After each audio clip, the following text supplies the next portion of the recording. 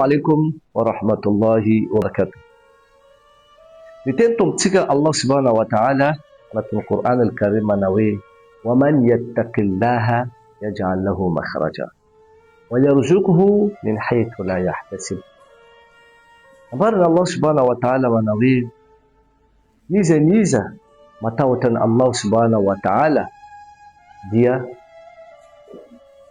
Allah subhanahu wa ta'ala hama hatani ni problema zai yanjadi amnanas zanwi hakamren Allah subhanahu wa ta'ala atani ni faitan vahawulana am problema zai manjadi amnanas avyo tuizan Allah subhanahu wa ta'ala li andin ni masna kantenis manawi ari kumin Allah subhanahu wa ta'ala anjara maswangu riziki hizi zay tineritrereti nivelively azy.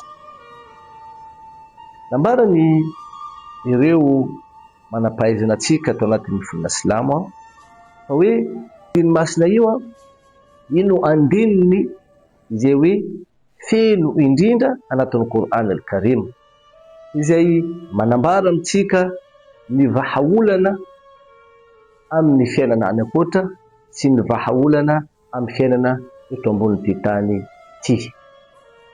Raha ohatra ka tianao ny ahazo fahombiazana manomboka ao aorianan'ny fahafatesana ana fiainana akoatra zany dia aoka anao hatahotra Allah subhanahu wa ta'ala.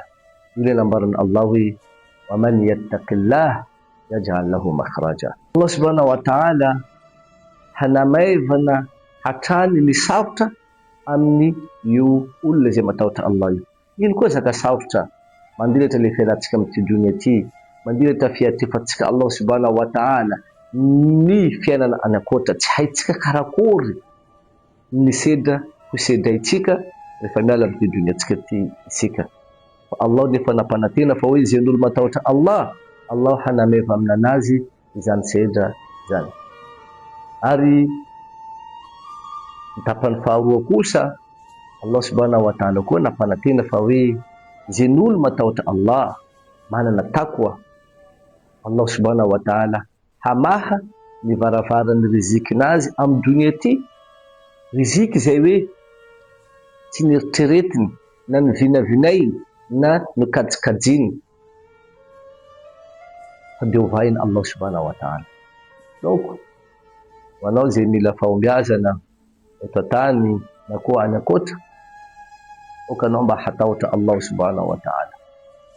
Fa amin'ny alalany fatahoranao Allah subhanahu wa ta'ala hanamavainana Allah subhanahu wa ta'ala nanao ireo fiainana anankiroa ireo na ny eto ambony ty dunia tia na ny any akoatra.